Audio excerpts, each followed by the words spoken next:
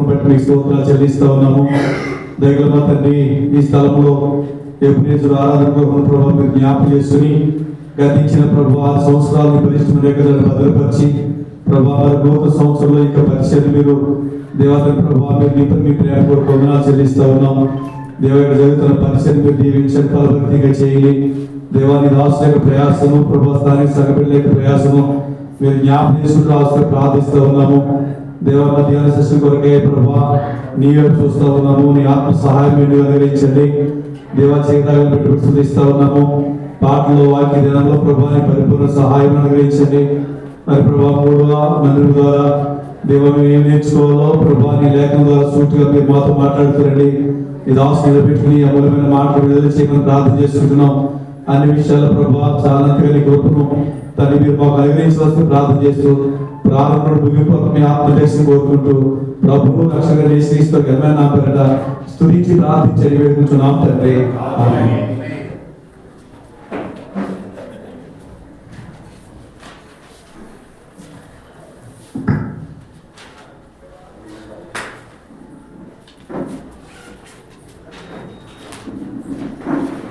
నాలుగో పాట పాడతాము.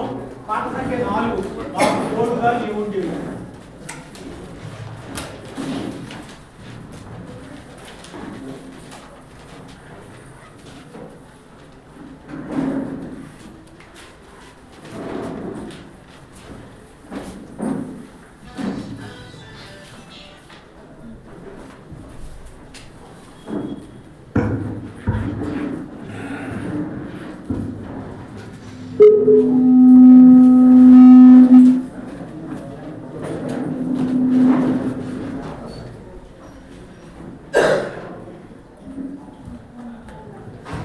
Para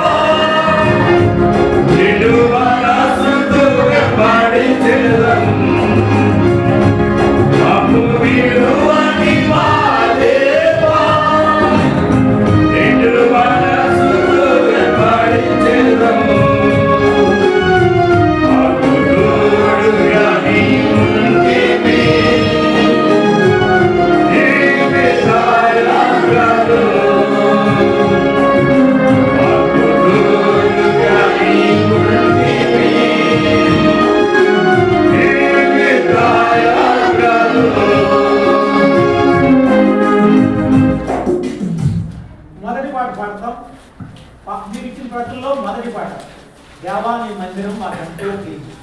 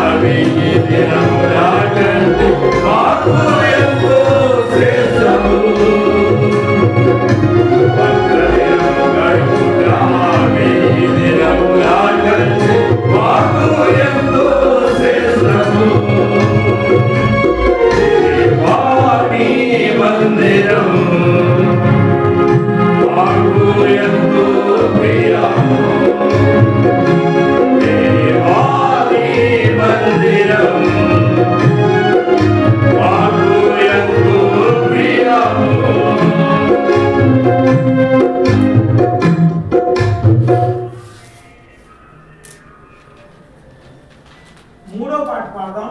వచ్చిన వారు పాడతారు, రాని వారు కొంచెం కొత్త అంశాలు. పాట సంఖ్య 3.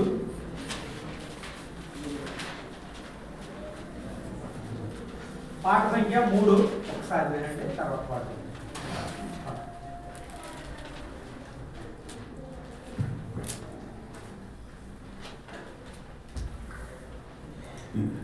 ఇదిగో నేను సమస్తమును నూతనముగా చేయుననివి.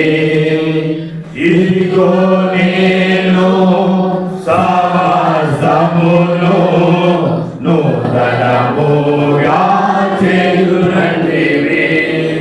ప్రభువా మమ్మును నూతనపరచుము, నీలో మహిమకై జీవింపను. ప్రభువా మమ్మును నూతనపరచుము, నీలో మహిమకై జీవింపను. ఇదిగో నేను సమస్తమును నూతనముగా చేయుననివి. ఇదిగో నేను సమస్తమును నూతనముగా చేయుననివి. అవిధేయులమై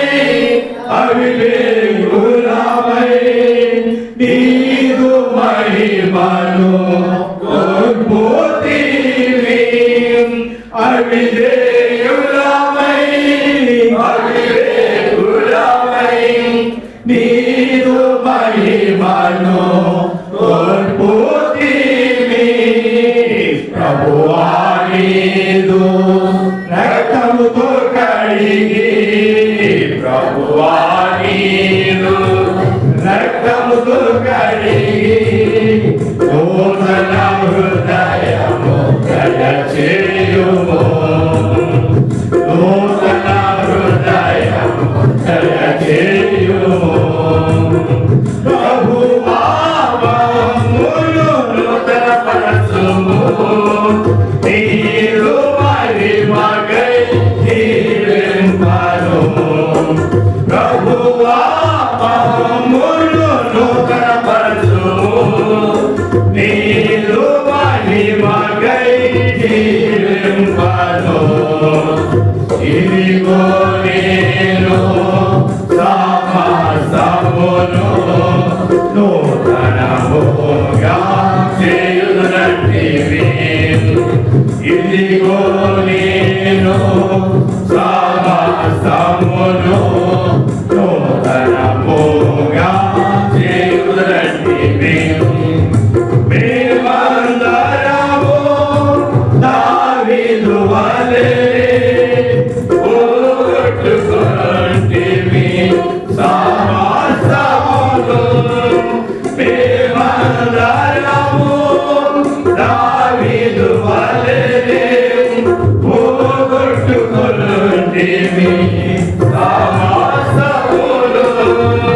ప్రభువా దయతో మమ్ము క్షమించి, ప్రభువా దయతో మమ్ము క్షమించి నూతనముగా సమకూర్చుము, నూతనముగా సమకూర్చుము.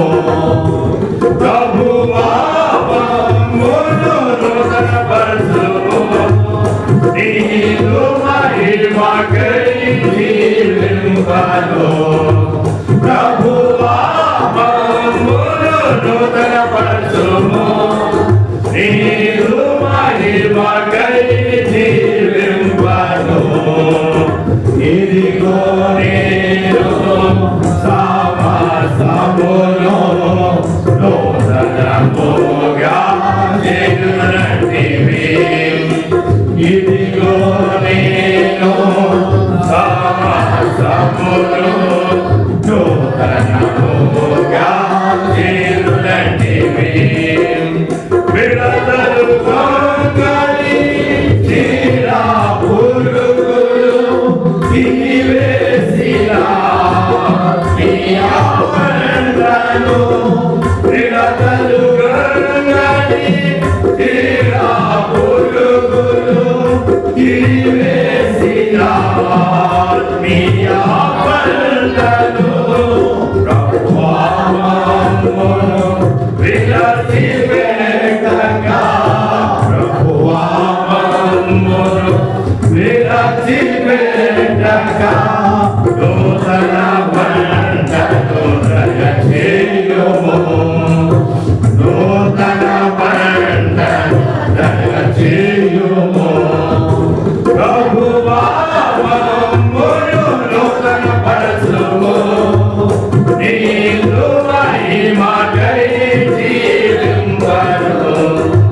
ప్రభువా మమ్మును నూతనపరచుము, నీదు మహిమకై జీవింపను. ఇదిగో నేను సమస్తమును నూతనముగా చేయుదురండి. ఇదిగో నేను సమస్తమును నూతనముగా చేయుదురండి.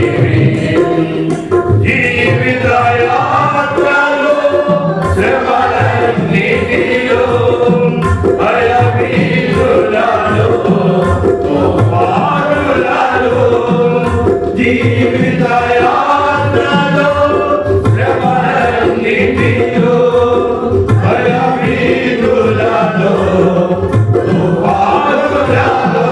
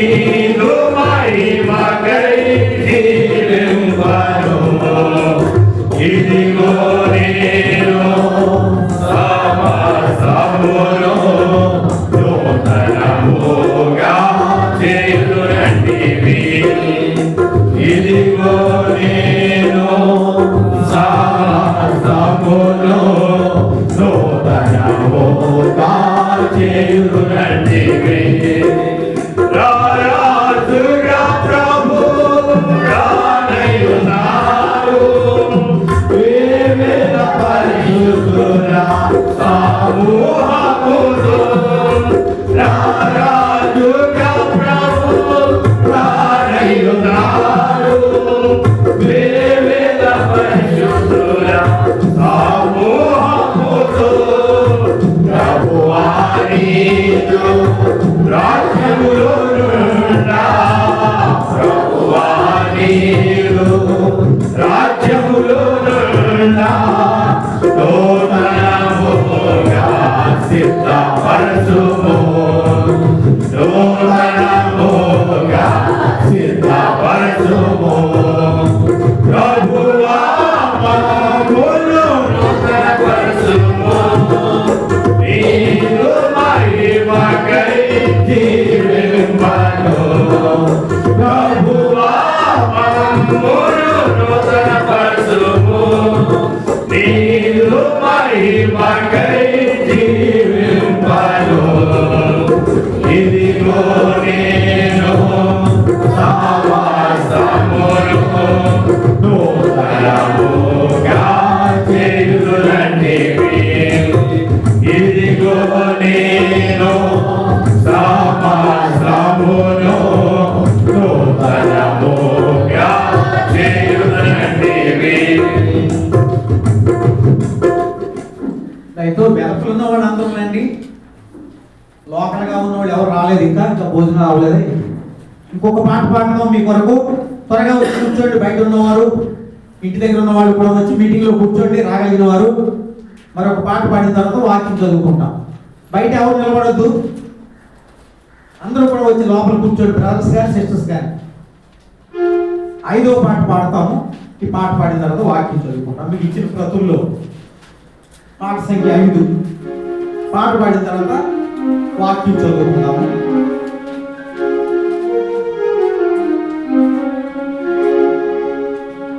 కరుణా సంపన్నుడైన ప్రభు నన్ను కరుణించుము.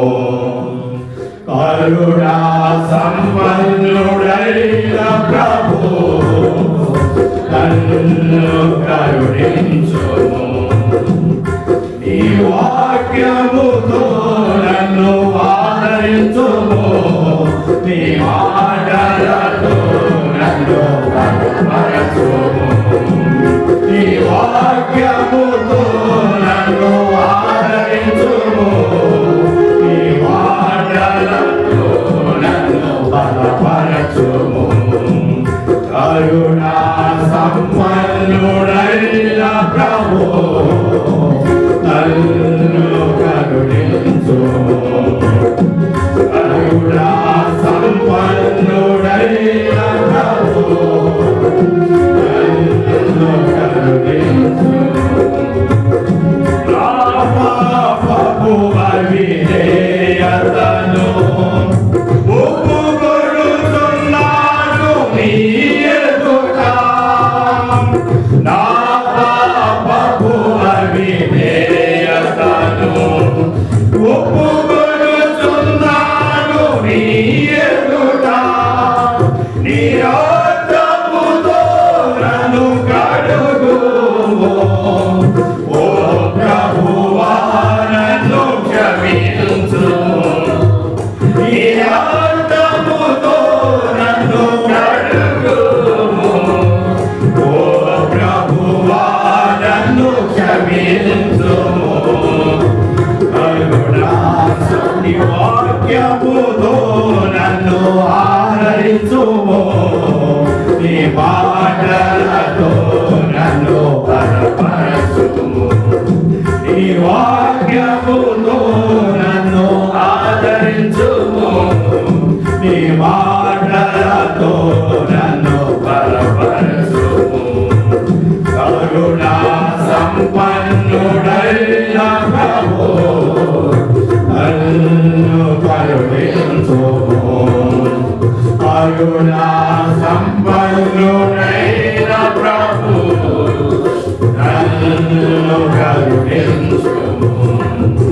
భయభీరులు నన్ను చుట్టుముట్టగా నా ప్రాణమెల్లో కృంగిపోయెను. భయభీరులు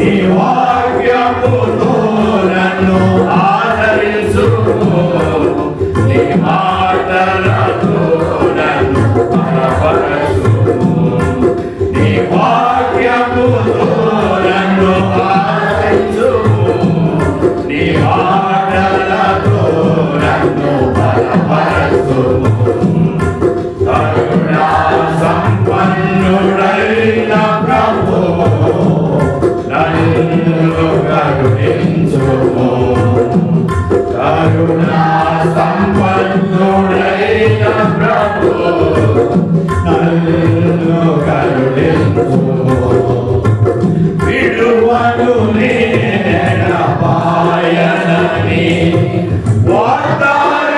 వాగ్దానమిచ్చినవు దేవా విడువను నేనపాయనని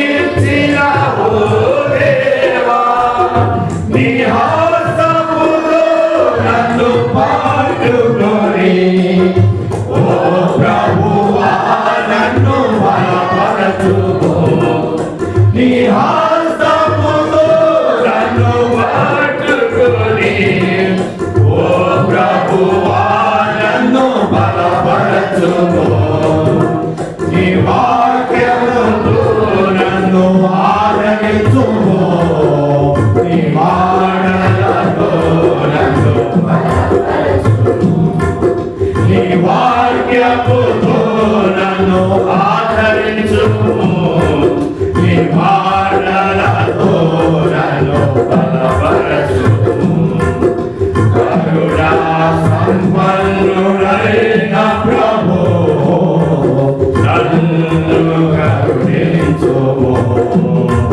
కరుణా సంపన్నుడైన ప్రభువో నన్ను కరుణించుము మిగిలిన నా జీవితమంతా నీ కొరకే బ్రతికెదను దేవా మిగిలిన నా జీవితమంతా నీ కొరకే బ్రతికెదను దేవా నీ రాజ్య మహిమను పొందుటకు ప్రియ యేసు నన్ను సిద్ధపరచుము నీ రాజ్య మహిమను పొందుటకు ప్రియ యేసు నన్ను సిద్ధపరచుము నీ వాక్యముతో నన్ను ఆదరించుము నీ మాటలతో నన్ను బలపరచుము నీ వాక్యముతో నన్ను ఆదరించుము నీ మాటలతో నన్ను బలపరచుము కరుణా సంపన్నుడైన ప్రభువో నన్ను కరుణించుము కరుణా సంపన్నుడైన ప్రభువో నన్ను కరుణించుము ప్రార్థన చేసుకుంటాము వాక్యం విందాము బ్రదర్ దేని వెంకటాపురం బ్రదర్ వచ్చి ప్రార్థన చేస్తారు వాక్యం కొరకు తర్వాత వాక్యం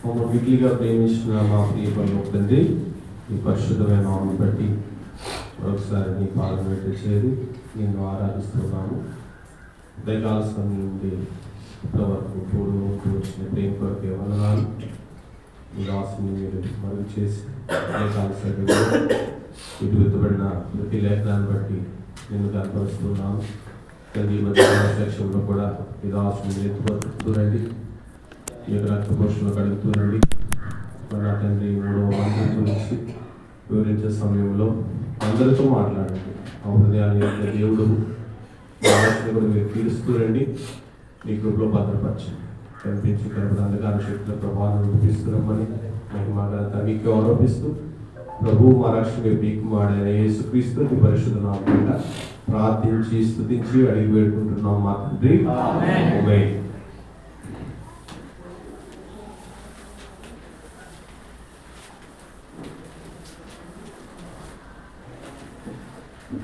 దేవుని వాక్యంలో నుండి కొన్ని మాటలు.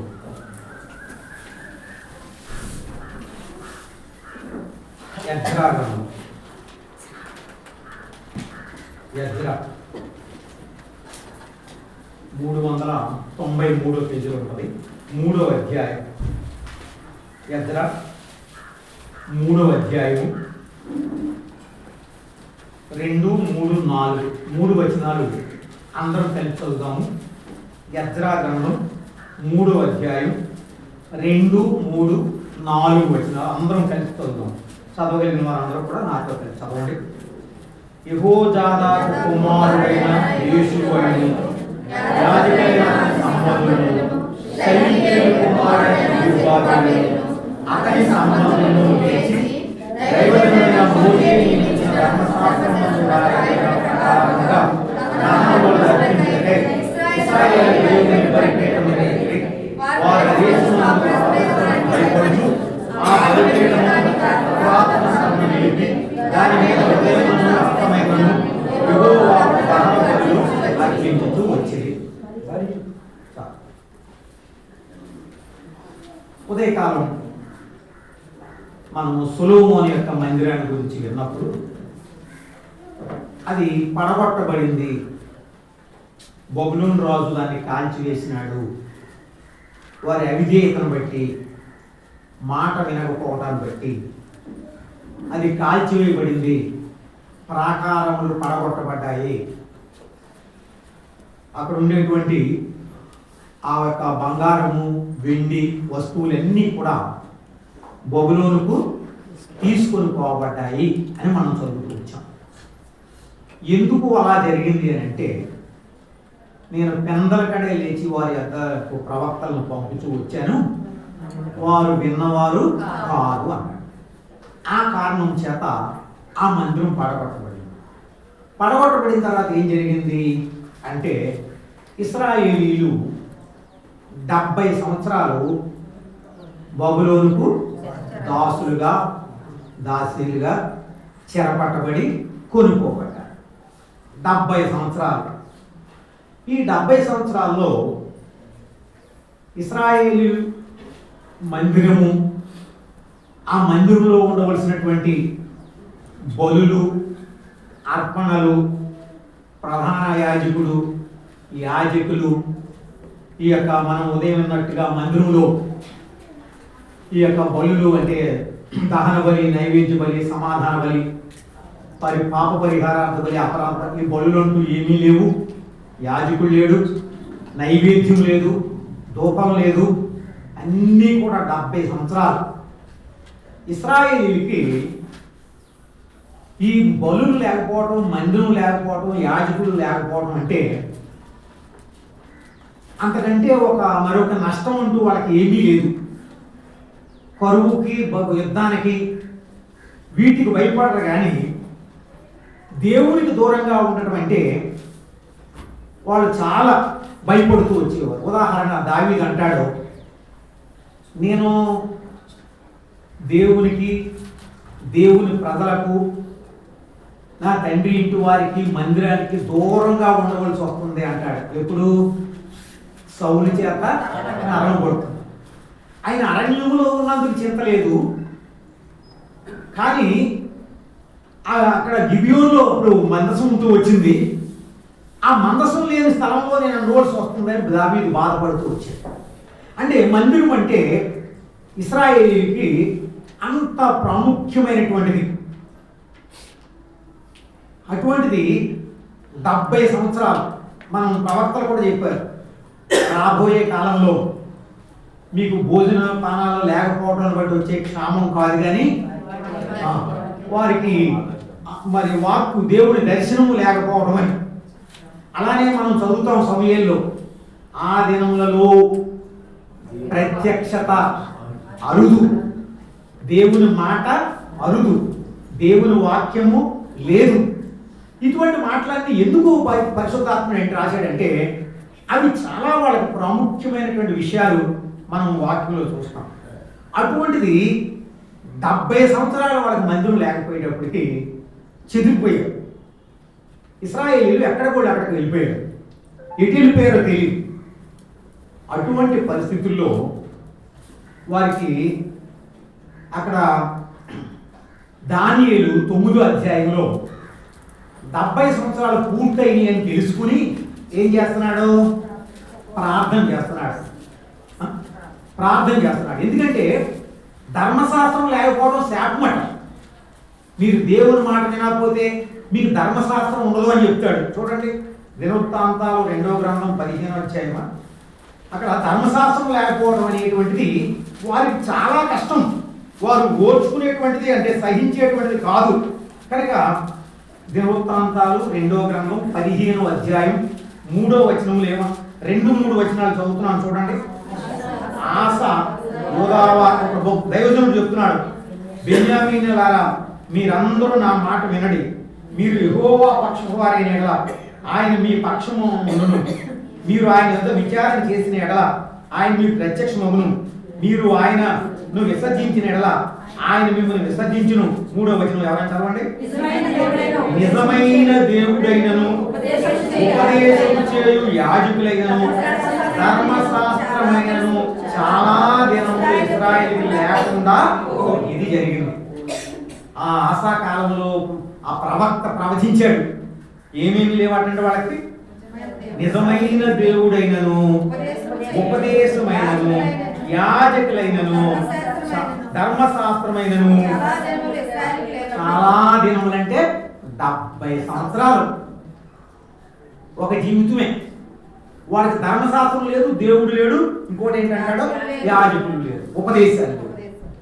ఈ 70 సంవత్సరాలు అయిన తర్వాత ఇప్పుడు దానియేలు గ్రంథం 9వ అధ్యాయంలోకి వస్తే దానియేలు ఏం చేస్తున్నాడని ఉంది అక్కడ.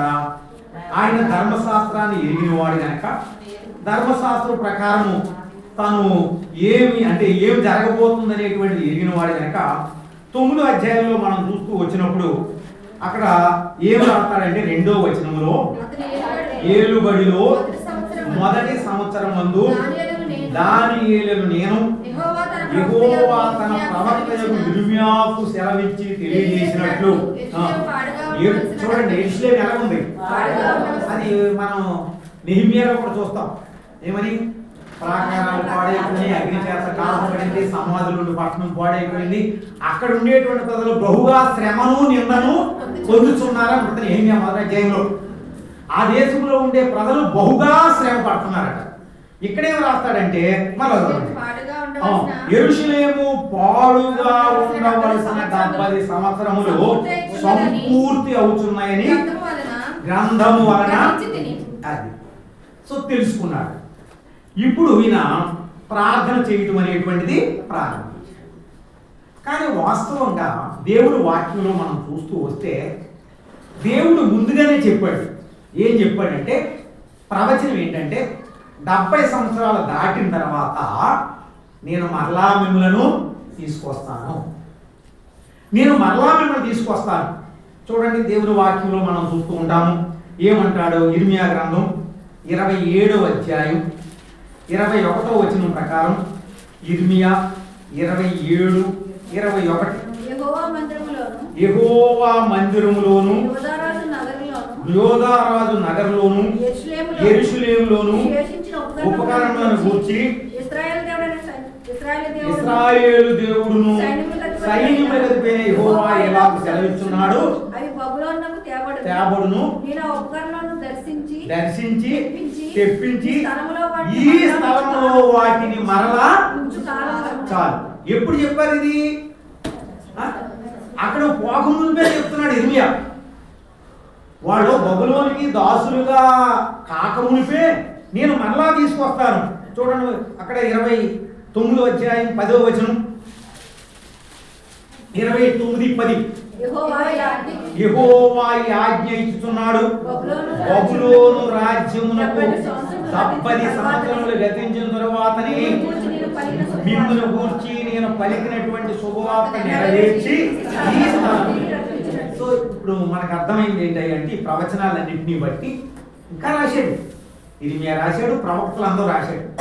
ఇంకా విశేషం ఏంటంటే చూడండి, యెషయా గ్రంథం 44 అధ్యాయం, యెషయా గ్రంథం 44 అధ్యాయం 28వ వచనం చదువుతారు. 44:28 కోరెషుతో అసలు ఎప్పుడండి ఇది? కోరెషు ఎప్పుడు వచ్చాడు? ఆయన రాజ్యం ఎప్పుడు వచ్చింది? బబులోనీలు అయిపోయారు, తర్వాత ఏమో మాదీలు, పార్సీకులు, తర్వాత గ్రీకులు, తర్వాత రోమా, ఇదంతా పద్ధతి ఉంది. అసలు ఇవేమీ లేకమునిపే ఇక్కడ ప్రవక్త ఏమని ప్రవర్తిస్తున్నాడంటే ఏమంటాడు? పేరు కూడా చెప్తున్నాడు. ఎవరి పేరు? ఏ రాజు అయితే మనసులో ప్రేరేపించబడతాడో, ఎవరైతే సహకరిస్తారో, ఎవరైతే ఇశ్రాయేలీల్ని ఎవరు కోనిస్తారండి? మన దేశంకి ఎంతమంది చచ్చిపోతే స్వతంత్రం ఇచ్చారు? ఇన్ని సంవత్సరాలు పెట్టింది. 1857 ఎప్పుడు ఝాన్సీ లక్ష్మీబాయి దగ్గర మొదలెడితే 1947 100 సంవత్సరాల హిస్టరీ. ఆ 100 సంవత్సరాల్లో ఏం చేయాలో అని చేశారు, ఎంతమందిని చంపాలని చెప్పారు. పోతూ పోతూ 2-3 దేశాలు చేసిపోయారు దాన్ని. అవి ఏమీ లేకుండా మళ్ళా మిమ్మల్ని పంపిస్తాడో చూడండి. ఎప్పుడో ప్రవచనం, మళ్ళీ చదవండి. కోరెషుతో నా మంద కాపరేట్ అన్యుడు కదా, మాదీలు పారసీకులు కదా. కానీ మరి ఎందుకు అంటే ప్రవచనం దేవుడు ఆ మందిరాన్ని గురించి, రెండో మందిరాన్ని గురించి, అది రెండో మందిరం అంటారు, మూడో మందిరం కాదు. మొదటిది ప్రత్యక్ష గుడారము, మొదటిది సొలొమోను మందిరము, రెండో మందిరం జెరుబ్బాబెలు మందిరం. ఇప్పుడు దాని గురించి మాట్లాడుతున్నాం మనం. ఈ జెరుబ్బాబెలు మందిరం గురించి దేవుడు ముందుగా చెప్పి ఏమంటున్నాడు? నా మంద కాపరి నా చిత్తమంతయు కోరెషు, మాదీయుడు, పారసీకుడు ఈయన చిత్తం నెరవేరుతాడట. ఎవరు నెరవేర్చలేదు? ఇశ్రాయేలీయులు, ఆయన సొంత జనమేమో ఆయన చిత్తం నెరవేర్చలేదు. అసలు వాళ్ళు మర్చిపోయారు. ఏం మర్చిపోయారు? మనం మరలా యెరూషలేముకి వెళ్తాము, మందిరం కట్టుకుంటాము అనే సందర్భమే లేదు. ఎందుకంటే అక్కడికి వెళ్ళిన వాళ్ళు అలా చచ్చిపోయారు. అప్పటికి మిగిలిన వాళ్ళు ఎవరు? ఇప్పుడు వాళ్ళ సంతానం మిగిలారు. వాళ్ళకి ఎందుకు ఇంకా అక్కడ ఎట్లా ఉందో కూడా తెలియదు వాళ్ళకి. కానీ ఏడు మారిపోవచ్చు, ఏడు చచ్చిపోవచ్చు.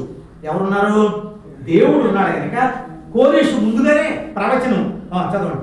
నా మంద కాపరి నా చిత్తమంతా నెరవేర్చువాడా నేనే. చూడండి ఆ మాట జాగ్రత్త వినండి. యెరూషలేముతో నీవు కట్టబడదు అని, దేవాలయమునకు పునాది వేయబడినని అదండి. సో ఈ రెండో మందిరాన్ని గురించి లేదా జెరుబ్బాబెలు మందిరం గురించి దేవుడు ముందుగానే ప్రవచించాడు. ఈ ప్రవచించింది ఏమైంది? ఇప్పుడు 2వ దినవృత్తాంతాలు 36 అధ్యాయంలోకి వస్తే, దేవుడు ప్రవచించాడు. 70 సంవత్సరాలు అయిపోయి దానియేలు ఏం చేస్తున్నాడు? ప్రార్థన చేస్తున్నాడు. ఇలా ప్రార్థన చేస్తూ వచ్చినప్పుడు ఏం జరిగింది అని కనుక మనం చూస్తూ వస్తే అక్కడ రాస్తాడు 22వ వచనం. 2వ దినవృత్తాంతాలు 36 అధ్యాయం 22వ వచనం చదువు. ఈయన యూదుడు కాదు, ఇశ్రాయేలీయుడు కాదు. ఎవడు? పారసీకులు. బబులోను తర్వాత ఏలినటువంటి వాళ్ళు పవర్ అది ఆ రోజుల్లో. బబులోను తర్వాత మాదీలు, పారసీకులు వాళ్ళు ప్రపంచంలో శక్తిగా ఎదిగారు. అటువంటి వాళ్ళు ఇప్పుడు రాస్తాడు. పారసీక రాజైన కోరెషు ఏలుబడియందు ఇర్మియా ద్వారా పలకబడిన తన వాక్యము నెరవేర్చుటకై యెహోవా పారసీక దేశపు రాజైన కోరెషు మనసును, ఇది జరిగింది. అక్కడ ప్రార్థన, ఒక చోట ప్రవచనం, ఇక్కడ మనం ఏం చూస్తున్నాం? నెరవేర్పు. ఆ విధంగా దేవుడు కోరెషును ప్రేరేపిస్తే 23వ వచనంలో అన్యుల రాజు ఏం చెప్తున్నాడు? పారసీక దేశపు రాజైన కోరెషు ఆజ్ఞాపించినది ఏమనగా, యెహోవా నా వశము చేసి ఆ మాట యోధా దేశమందున్న యెరూషలేములో మందిరము కట్టించుమని రిక్వెస్ట్ చేయలేదు దేవుడు, బతిమాలే. ఏం చేశాడు?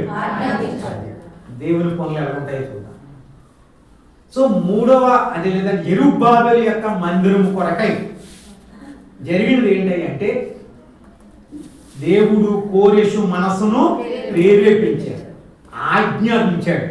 కానీ ఇప్పుడు కోరెషు ఏం చేశాడు? ఓ పేజీ తిప్పండి, ఎజ్రా వస్తుంది. అక్కడ మొదటి వచనం చదవండి. పారసీక దేశపు రాజైన కోరెషు ఏలుబడిలో పారసీక దేశపు రాజైన కోరెషు ఏలుబడిలో మొదటి సంవత్సరమందు చదువు. ఇర్మియా ద్వారా పలుకబడిన తన వాక్యము నెరవేర్చుటకై యెహోవా పారసీక దేశపు రాజైన కోరెషు మనసు ప్రేరేపింపగా అతడు తన రాజ్యమంతటా చాటింపు వేయించి వ్రాతమూలకంగా ఇట్లు ప్రకటన చేసెను. చదువు. పారసీక దేశపు రాజైన కోరెషు ఆజ్ఞాపించినదేమనగా ఆకాశమండలి దేవుడైన యెహోవా లోకమందున సకల జన్మలను నా వశమున. సరే, ఇప్పుడు ఇదంతా చెప్తూ ఆయన ఏమంటాడంటే 3వ వచనంలో మీలో ఎవరు ఆయన జనులై ఉన్నారో వారు యోధా దేశంలో ఉన్న యెరూషలేమునకు బయలుదేరి యెరూషలేములో దేవుని మందిరమును అనగా ఇశ్రాయేలు దేవుడైన యెహోవా మందిరమును కట్టవలెను. దేవుడు వారికి మీరు ముందుకంతా చూస్తే వాళ్ళకి కావలసినవన్నీ కూడా ఇచ్చాడు. మందిరం కట్టుడు కొరకే ప్రయాణమైన వారికి మనీ ఇచ్చాడంట, ప్రొటెక్షన్ ఇచ్చాడట, సామాను ఇచ్చాడట, బంగారం ఇచ్చాడట. ఈ అధ్యాయం అంతా కూడా చదువుతుంది. ఈ విధముగా వచ్చి అప్పుడు జెరుబ్బాబెలు ఆయన యొక్క ఆధ్వర్యంలో వచ్చి మందిరానికి పునాది వేశారు. వేసిన తర్వాత అపోజిషన్ ఎక్కువైంది, అంటే వ్యతిరేకత ఎక్కువైంది. ఎందుకంటే అప్పటికే యెరూషలేమును వేరే వేరే వాళ్ళందరూ కూడా మిక్స్డ్ అయిపోయారు. అక్కడ జనం యెరూషలేములో యోధావారు ఉండవలసింది అన్ని రకాల మనుషులు వచ్చారు. ఎందుకంటే మందులు లేదు, మరి సేవకులు లేరు, ప్రార్థన లేదు, ఎలా ఉంటాయి? అసలు ఏ కార్యం జరగనప్పుడు ప్రారంభించారే కానీ వాడు దాన్ని సంవత్సరాల తరబడి లేట్ చేస్తూ ఉన్నారు. రండి హగ్గయ్య పోతాం. అప్పుడు దేవుడు మరలా చూడండి, కోరెషు మనసును ప్రేరేపించి వెళ్ళండిరా బాబు అంటే వచ్చారు. మందిరం కట్టండిరా బాబు అంటే కట్టడం మానేశారు. పునాది వేశారు కానీ ఇది టైం కాదు, ఇప్పుడెందులే కట్టుకోవచ్చులే అనుకుంటూ వాళ్ళు ఏం చేస్తున్నారు అనేది ఇక్కడ మనం చూస్తూ వస్తే వారు ఆలస్యం చేస్తూ వచ్చారు. అప్పుడు దేవుడు మరలా ఏం చేశాడు? హగ్గయిని జకర్యాని ప్రేరేపించాడు. చూడండి, హగ్గయిని జకర్యాను, అది దేవుడు మనసు. ఏంటి దేవుడు మనసు? ఫస్ట్నే చదువుకున్నాం మనం. నేను వారిలో వారి మధ్య ఉంటారు. ఆయన మందిరం లేకపోతే ఎలా ఉంటాడు? ఆయన it is earthly place for heavenly God. మందిరం అంటే భూ సంబంధమైనటువంటి నివాస స్థలం ఎవరికి? పరలోకం అందున్నటువంటి దేవుడికి. అది లేదు, వీళ్ళకి తొందర లేదు. కానీ తొందర ఎవరికి ఉంది? అది అలా ఉంది. ఇప్పుడు వీళ్ళకి లేదు, దేవుడు మనతో ఉండాలని ఆయుష్ మారదు. కానీ ఇప్పుడు కోరేషు మనసును ప్రేరేపించాడు, అన్ని ఇచ్చి పంపించాడు, వచ్చారు, పునాది వేశారు, ఆగిపోయారు. ఇప్పుడు హగ్గయి 775 పేజీ వాళ్ళు ఏమంటున్నారట? 2వ వచనం చదువుదాం. సమయం ఇంకా రాలేదు, యెహోవా మందిరమును కట్టించుటకు రాలేదని ఈ జనులు చెప్పుచున్నారే. హగ్గయి ద్వారా సెలవిచ్చినది ఏమనగా ఈ మందిరము పాడై ఉండగా 7వ వచనం సైన్యములకు యెహోవా సెలవిచ్చినది ఏమనగా మీ ప్రవర్తనను గురించి ఆలోచించుకుంటారండి. పర్వతములెక్కి మ్రాను తీసుకుని వచ్చి ఈ మందిరమును కట్టించిన దాని యందు నేను సంతోషించి. కనుక దేవుని హృదయం ఏంటి మందిరం విషయమై మొట్టమొదటి బుద్ధుడు ప్రశ్నించుకున్నాం మనం. ఇప్పుడు దేవుని హృదయం ఏంటి దేవుని మందిరం విషయమై? ఏమన్నాడు 8వ వచనంలో? మీరు మ్రానులు తెచ్చి ఈ మందిరమును కట్టించిన ఎడల దాని యందు నేను సంతోషించి నన్ను గణపరచుకోవా. దానికి మీకు చాలా చేశాను, మీరు కష్టపడుతున్నారు, మీకు ఏం మిగలట్లేదు, మీరు ఎంతో పంట వేస్తే రావట్లేదు. కారణం ఏంటంటే మీరు నా మందిరము 9వ వచనం ఉంటది, నా మందిరము పాడై ఉండగా మీరందరూ మీ ఇండ్లు కట్టుకొనుటకు త్వరపడి చేతనే కదా. మిమ్మును బట్టి ఆకాశపు మంచు కురవకనది, భూమి ఇన్ని నష్టాలు అనుభవిస్తున్నారు కానీ మందిరం గురించినటువంటి ఆలోచన మాత్రం వాళ్ళకే రాదు. అప్పుడు దేవుడు ఈ హగ్గైను ప్రేరేపించాడు.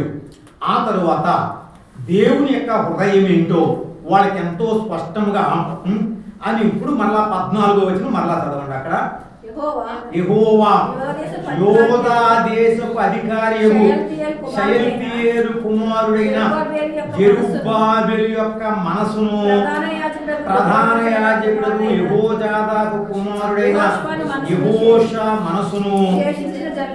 మనసులను ఎంతమందిని ప్రేరేపించాలంట దేవుడు. ఆయన మందిరం కట్టుకునే దాని కొరకని అక్కడ కోరేషుని ప్రేరేపించాడు, దానియేలు ప్రేరేపించాడు. కానీ వాళ్ళు ఆగిపోతే మరలా ప్రేరేపించాడట. దేవుని మందిరాన్ని దేవుడు ఎంత ఘనపరిచాడో, ఎంతగా దేవుని మందిరం మన మధ్య ఉండాలని ఆశపడుతున్నాడో ఈ మాటలన్నింటినీ చూస్తే అప్పుడు 15వ వచనంలో ఉంది. దర్యావేష్ రాజులు మారిపోయారు, కోరేష్ వెళ్ళిపోయాడు. ఎవరో వచ్చారు మరలా చదువు. దర్యావేషు యొక్క ఏలుబడి యందు 2వ సంవత్సరం 6వ నెల 24వ దినమున సైన్యములకు అధిపతి తమ దేవుని మందిరపు పని చేయ మొదలు పెట్టెను. అదండి, ఇది జెరుబ్బాబెలు మందిరం యొక్క హిస్టరీ అని మనం చూస్తున్నాం. ఎందుకు ఈ విధంగాను అని అంటే రండి, జకర్యా గ్రంథంలో మనం ఏం చూస్తాము తర్వాత ఉంటుంది 4వ అధ్యాయం. అక్కడ మనం చూస్తూ వచ్చినప్పుడు దేవునికి ఒక మంచి మనసు ఉంది. 9వ వచనం జెరుబ్బాబెలు చేతులు ఈ మందిరపు పునాది వేసాయి, అతని చేతులే ఏం చేయాలట ముగిస్తాయట. 8వ అధ్యాయం 9వ వచనం 8-9 సైన్యములకు అధిపతి యెహోవా సెలవిచ్చినదేమనగా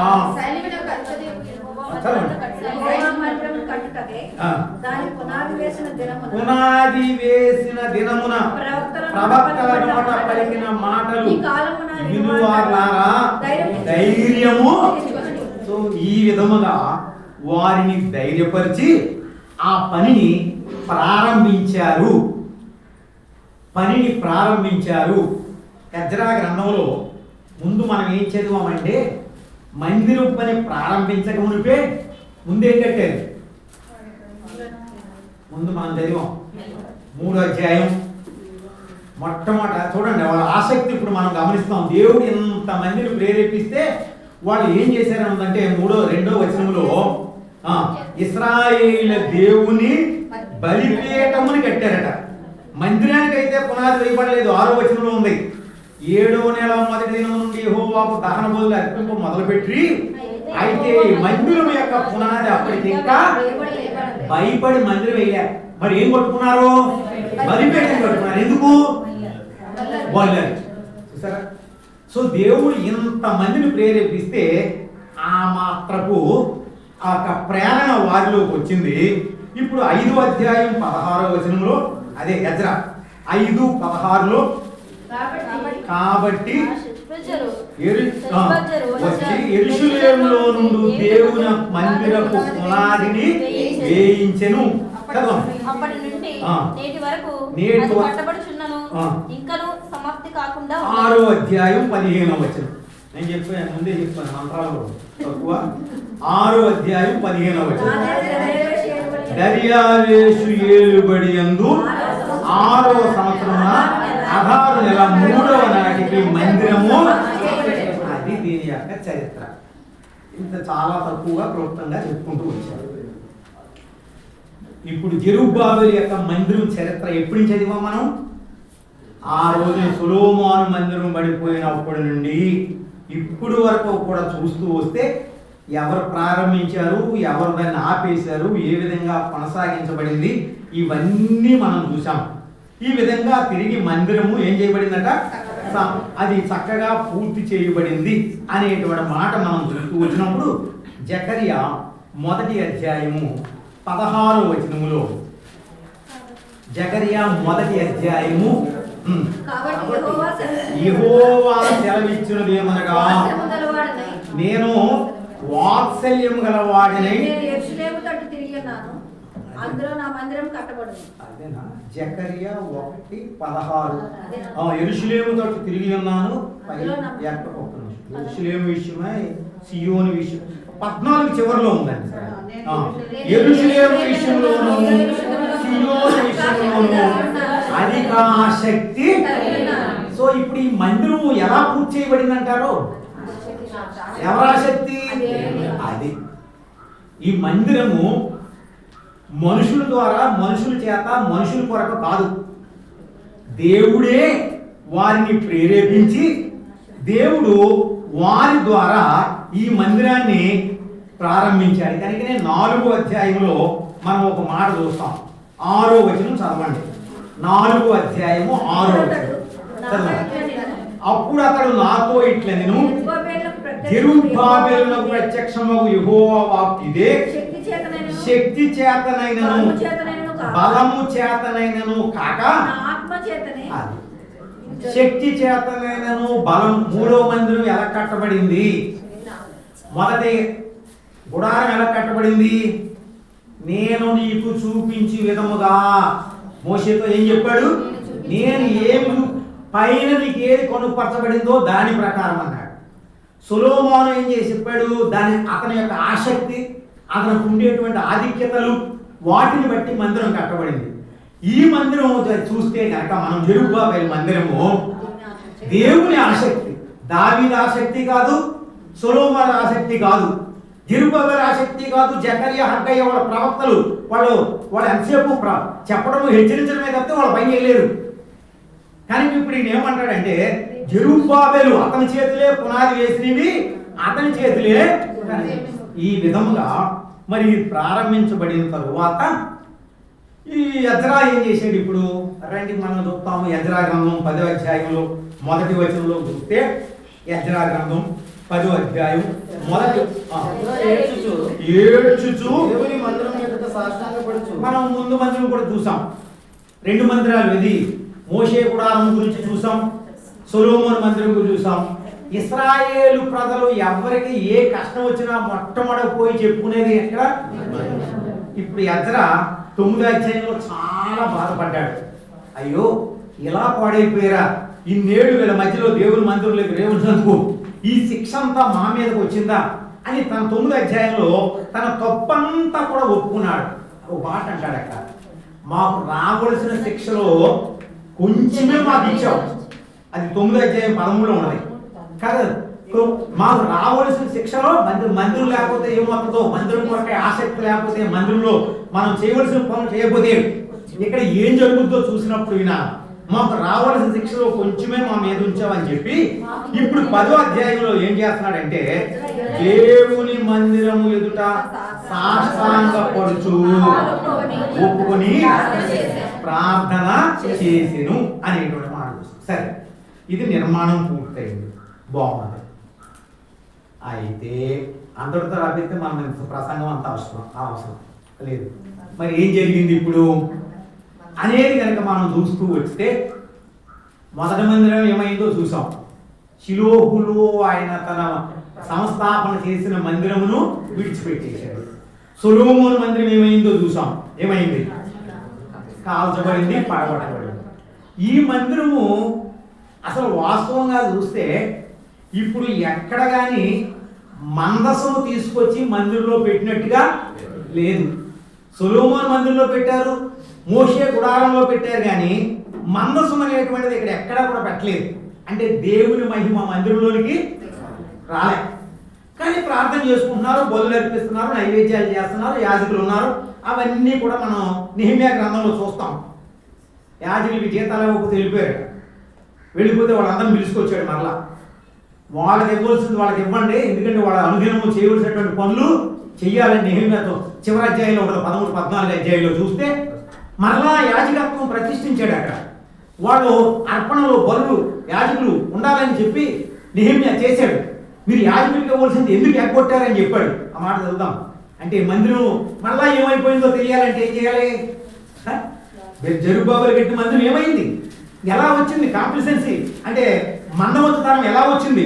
రండి, నెహెమ్యా గ్రంథం చివరి అధ్యాయంలో వచ్చేటప్పటికి ఆయన అంటాడు, 11వ వచనం, 13వ అధ్యాయం 11వ వచనం. నెహెమ్యా గ్రంథం అందరూ తీయాలి, అప్పుడే అర్థమవుతుంది. నెహెమ్యా గ్రంథం 13వ అధ్యాయం 11వ వచనం చదవండి. నేను అధిపతులతో మాట్లాడి దేవుని మందిరమును ఎందుకు దేవుడు ఇంతమందిని ప్రేరేపించి అదేదో పెద్దదో చిన్నదో మందిరం నిలబెడితే వాళ్ళు ఏం చేస్తున్నారటండి? అర్థమైందండి అందరికి? దేవుని మందిరమును ఎందుకు లక్ష్య పెట్టలేదు. మీరు అదే అధ్యాయం చదివితే అక్కడ రాయబడిన మాట ఏంటంటే, మరి 4వ వచనం నుండి కూడా మనం ఎన్ని చదువుతూ వస్తే వాళ్ళు తేవలసినవి ఏమి దేవుని మందిరంలోనికి తీసుకొని రాలేదు అనే మాట మనం చూస్తాము. ఒక్క నిమిషం, ఎన్నో వచనం అది?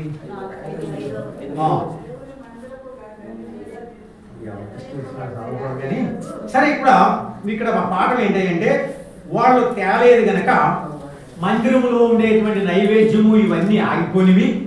అప్పుడు ఈయన ఏం చేశాడంటే, మరలా మీరు దేవుని మందిరాన్ని ఎందుకు లక్ష్య పెట్టలేదు అని చెప్పి ఆ టోబియా సంపలట్టు వాళ్ళు ఆక్రమించుకుంటే వాళ్ళని బయటికి పంపేసి జరగవలసినటువంటి పనంతా కూడా చక్కగా చేశాడు. సో దేవుడు ఆయా సమయంలో ఎజ్రాను లేపాడు, నెహెమ్యాను లేపాడు, దానియేలును లేపాడు ఈ మందిరం కొరకని. అక్కడ హగ్గయి, తర్వాత జకరియా, జెరుబ్బాబెలు ఇంతమందిని వాడుకొని ఈ మందిరం నిలబెట్టి చక్కగా ఎన్ని ప్రవచనం అది కోరేష్ దగ్గర నుంచి అందరినీ మామూలుగా ప్రేరేపించి చేశాడు. ఈ మందిరం కట్టబడిన తర్వాత రండి మలాకీలోకి వచ్చేటప్పటికి మందిరం యొక్క స్టేజ్ ఏమైంది? ఇది ఒక్క పుస్తకంలో లేదు, ఇవన్నీ. సరే, మలాకీలోకి వచ్చేటప్పటికి మరలా మందిరం ఏమైంది? మొదటి అధ్యాయం, మలాకీ మొదటి అధ్యాయం 10వ వచనం. మీలో ఒకడు నా బలిపీఠం మీద నిరర్ధకంగా అగ్ని రాజబెట్టకుండునట్లు నా మందిరపు వాకిండ్లు మూయవాడకడు మీలో ఉండే మేలు. దేవుడికి ఏం ఆశ పుట్టిందంటే మందిరము మూసివేయబడాలి. అదేం ఆశ అండి? ఎందుకు దేవుడు ఇంతమందిని ప్రేరేపించి ఇంతమందితో మాట్లాడి మందిరాన్ని నిలబెట్టి ఇప్పుడు దేవుని మందిరం మూసివేసేవాడు ఒక ఉంటే బాగుండని ఎందుకు అంటున్నాడు? మూసేసేటట్టుంటే అంటే అక్కడ మూసేస్తున్నారు అనుకోండి, దేవుడు చెప్పకపోయినా మూసేస్తున్నారు, తాళాలు వేస్తున్నారు, ఆరాధన లేకుండా వేరే. కానీ దేవుడికి ఎందుకు పుట్టింది ఆశ అనేది కనుక మనం ఒక్కసారి చూస్తే 6వ వచనంలో ఏముంటదంటే, కుమారుడు తన తండ్రిని గణపరుచును కదా, దాసుడు యజమానుని గణపరుచును కదా. నిర్లక్ష్యపెట్టి యాజకులారా, నేను తండ్రినైతే నాకు రావాల్సిన ఘనత ఏమాయను? చెప్పండి, ఇప్పుడు ఏమైంది అక్కడ? దేవుని మందిరం ఉన్నది ఎందుకు? నేను ఎక్స్పోజ్ చేసుకుంటాగా, నా ప్రసంగం అంతా నాకు వీళ్ళు చాలా తెలుసు అని చెప్పుకుంటాగా ఏంటి? అదే నాకంటే ఫూలింగ్ ఒకడు ఉండవు అలా మనసు నాకు ఉంటే కానీ దేవునికి కదా ఘనత రావాలి. ఈయన ఏమంటాడంటే, కుమారుడు తండ్రిని గణపరుచును కదా, దాసుడు యజమానుని గణపరుచును కదా. మరి నన్ను తండ్రి అంటున్నారు, యజమానుని అంటున్నారు, కానీ నన్నే ప్రశ్నిస్తున్నారు. అయ్యా నేను మిమ్మల్ని ప్రేమించానరా బాబు అంటే వాళ్ళు ఏమడిగారట? చూడండి 2వ వచనం చదువుదాం. యెహోవా సెలవిచ్చినదేమనగా, నేను మీ ఎడల ప్రేమ చూపించుచున్నాను, ఏ విషయమందు నీవు మా ఎడల ప్రేమ చూపుతావు. ఎవరు అడుగుతున్నారు వాళ్ళు? నేను నిన్ను ప్రేమిస్తున్నాను అంటే నువ్వెక్కడ ప్రేమించావు అంటున్నారు. అయ్యా నేను ఘనత పొందాలి, నేను యజమానుని అంటే ఆయనకి ఘనత చెల్లించలే. ఇంకా మంచిగా ఉంది అక్కడ ఏంటంటే, అక్కడ చూడండి వాళ్ళు అడుగుతున్నారట, ఇంత చేసి నా నామమును నిర్లక్ష్య పెట్టు. ఏముంది అక్కడ? యాజకులు, ప్రజలే కాదు, నా నామమును నిర్లక్ష్య పెట్టు యాజకులారా అంటే వాళ్ళు ఏమంటారు తెలుసు? 6వ వచనం ఆఖరు భాగంలో, ఏమి చేసి నీ నామమును నిర్లక్ష్య పెట్టమని అన్నిటికీ ప్రశ్నించడమే. చూసారా, మనం ఏమి నేర్చుకుంటున్నామంటే దేవుని చేసిన ఏ పనికైనా ఆమెను అనవలసిన వాళ్ళమే కానీ ప్రశ్నించే వాళ్ళం అని మనం నేర్చుకుంటే, ఇశ్రాయేలీయులు ఏం చేస్తున్నారంటే ఎక్కడ ప్రేమించలేదు చెప్పు? ఎక్కడ నిర్లక్ష్య పెట్టామని చెప్పు. ఇంకా ఏం చెప్పనయ్యా, దేవుని మందిరానికి ఏం తేవాలి మీరు? దేవుడు అక్కడ రాస్తాడు, నా బలిపీఠం మీద 7వ వచనం, అపవిత్రమైన భోజనం మీరు అర్పించుదురు. ఎలాగా మళ్ళీ అడుగుతున్నారంట. ఏం చేసి అపవిత్రపరిచామంటే, అరే మంచిదాన్ని ఉంచుకుని పుట్టిదాన్ని తీసుకొస్తున్నారు కదా, అంతకంటే ఏం అపవిత్రపరుస్తారు? సో ఆయన ప్రేమ అర్థం కాలే, ఆయన ఘనత అర్థం కాలే, ఆయన యొక్క బలిపీఠం ఏ విధంగా ఉండాలో అర్థం కాలే. ఇక మీరు ఈ అధ్యాయం అంతా కూడా చదువుతూ వెళ్తే ఏమనుకుంటున్నారు వాళ్ళు? ఆ 3వ అధ్యాయంలోకి వచ్చే 2వ అధ్యాయము అక్కడికి వచ్చి 14-15 దగ్గరికి వచ్చేటప్పటికి నేనేమో దేవుణ్ణి అంటున్నారు, నా పేరు మీద ఏమో ప్రమాణం చేశారు, పెండ్లి భార్యను విడిచిపెడుతున్నారు. అది నిబంధన కదా, పెండ్లి అంటే అగ్రిమెంట్ కాదు కదా, ప్లెడ్జ్ కాదు కదా, అది నిబంధన కదా, నీ పెండ్లి భార్య కదా, మరి దాన్ని విడిచిపెడితే ఇంక నీకు మందిరం ఎందుకు? అలానే 5వ వచనం, ఇది 17వ వచనంలోకి వచ్చేటప్పటికి దేవుడికి ఎలాగైనా వాళ్ళే మంచోళ్ళు. ఎవరు మంచోళ్ళు అంటే దేవుడికి? చదవండి 17వ వచనం. మీ మాటల చేత మీరు యెహోవాను ఆయాస పెట్టుచు. వాళ్ళ ప్రశ్నలన్నీ మీరు రాసుకుంటే చాలా ప్రశ్నలు ఉంటాయి ఈ గ్రామంలో. దేని చేత మేము నిన్ను ఎలా ఆయాస పెట్టారంటే వాళ్ళు చదవండి. దుర్మార్గులు యెహోవా దృష్టికి మంచివారు, ఆయన దుర్మార్గుల మీద సంతోషపడతారు. మనం అలా ఉంటాం ఎందుకు? ఇప్పుడు వీళ్ళ మందిరాన్ని గణపరిచినట్లో కాదో మీరే చెప్పాలి. ఇవన్నీ చూసిన తర్వాత ఇక 3వ అధ్యాయంలోకి వచ్చేటప్పటికి మీరు నా దగ్గరే దొంగతనం చేస్తున్నారు. ఏంటది ఉంది కదా, మీరు 3:6 నుండి 12 వరకు చూస్తే 8వ వచనంలో మానవుడు దేవుని యొక్క దొంగిలిన అయితే మీరు నా యొక్క దొంగిలిత్రి. అప్పుడు కూడా మళ్ళీ ఎందుకు ఎలా దొంగలు పెట్టారో అన్నీ కూడా చెప్పాలి. ఈ విధముగా ఇంకా మనం పోయి చూస్తూ వస్తే వాళ్ళు 13వ వచనం ప్రకారం 3:13లో గర్వపు మాటలు ఇవన్నీ.